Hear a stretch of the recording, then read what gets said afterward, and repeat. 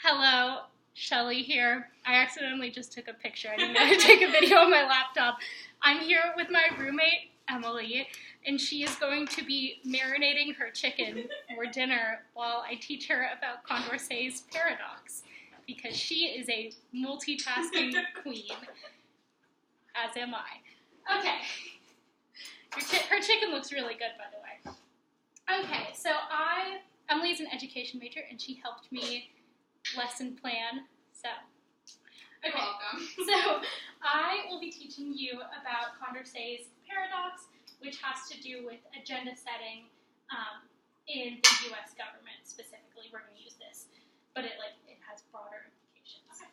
So, it's important because it'll help you and everyone understand why some people in Congress have the jobs that they have, why we have made those jobs, and just like the rules of Congress in general, and maybe a little bit something about human nature. Ooh. Okay, so Emily, do you know what the transitive property is? Yes. Can you tell me a little bit what you know about it? I know it from math.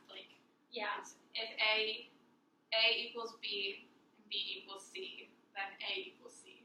Yes. And so this also works if we were doing A is greater than B, Yeah. B is greater than C, so A must be greater than C. And so in this idea of how we're going to talk about voters and voting, in the model that I'll be telling you about with the paradox, each voter's voting habits are transitive. And so I'm going to be using me, Emily, and our third roommate, Ansley, as our rational actors in this. And so if Ansley likes Trader Joe's, we're doing grocery stores. So if Ansley likes... This is the most common debate. Yes, because it's where we do.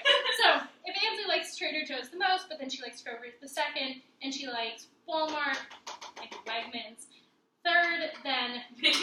We'll do Wegmans. So then she likes Trader Joe's more than Wegmans as well. Okay. It's just how it ranks. And you have a different set of preferences. So you like Kroger first, Wegmans second, Trader Joe's third. I like Wegmans first, Trader Joe's second, and Kroger third. So we all have competing interests in this. And so if we were assuming that these are transitive properties and that each one of us is a rational actor and that we're trying to get the best outcome for ourselves, which would mean that we're trying to go to the grocery store that we prefer the most. So basically what would happen, and we need, we need majority of us to agree on a grocery store, and anyone can object and recall us back to choose a grocery store at any time. Okay, so if we decided to go to Wegmans, I could say no. Yes. And we'd go back to the discussion because I want to go to Kroger. Yeah, and you might say, you like Wegmans second, and so you might actually be willing to go. Yeah, because there's so much Trader Joe's. Yeah, so you might actually, it went dark and I was like, okay. So you might actually be willing to go to Wegmans because you like it more than Trader Joe's. Okay, but if we decide on Trader Joe's because it's what Ansley wanted, I could say, no, I'm not down for that. And if we decided on Wegmans, then Ansley would be like, hell no, that's my last choice. And she would literally say, I'm driving, shut the hell up. Which is how this discussion That's how it goes in our apartment. So, realistically, I have the least vote, but whatever, it's fine. So, we never drive. Because we're always willing to drive. Yeah. Anyways. And we can see how this would just lead to cycling. If anyone at any point can object and offer an alternative, and then we see that they are competing interests, it's just going to cycle. It's going to and we're never actually going... Even if two of us agree, two of us agree, one of us can always object, because that's how the game works. Okay. So, do you get how that leads to a cycle? Yeah. Yeah. Because we'd just be super hungry and we would never get anywhere. She's using Greek yogurt and oregano. So, and other things. It's not just yogurt. So the paradox is that it leads to a spiral. Okay.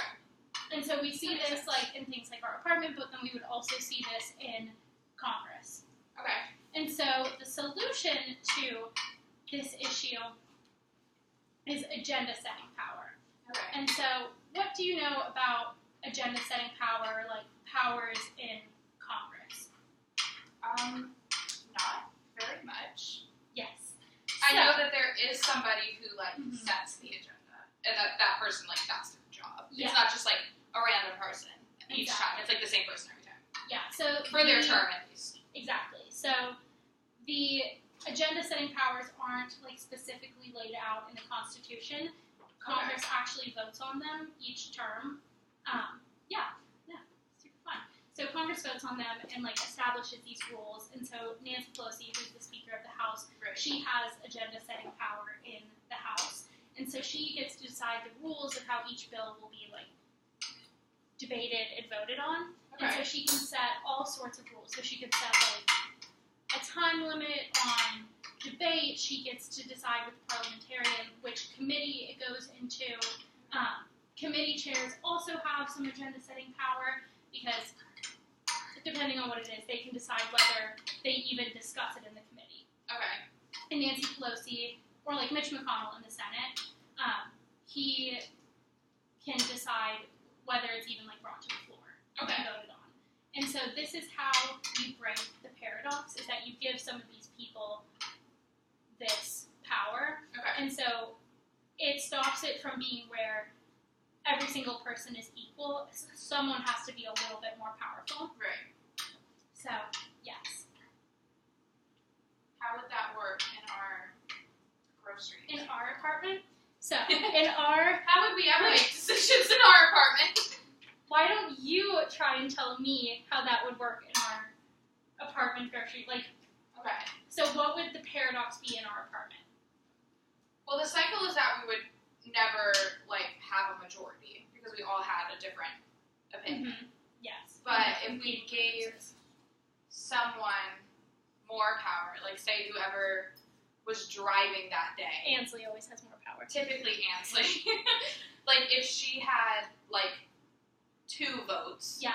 like if we each like were taking a vote of which one we wanted, and she had 2, then like we could reach at least like a 2 to 4 rather than like Yeah. a 1 to 2. And then like if she has like final say, then we would like Yeah. make a decision. So she would pick. Hold on, can I see what Yeah. I wrote down?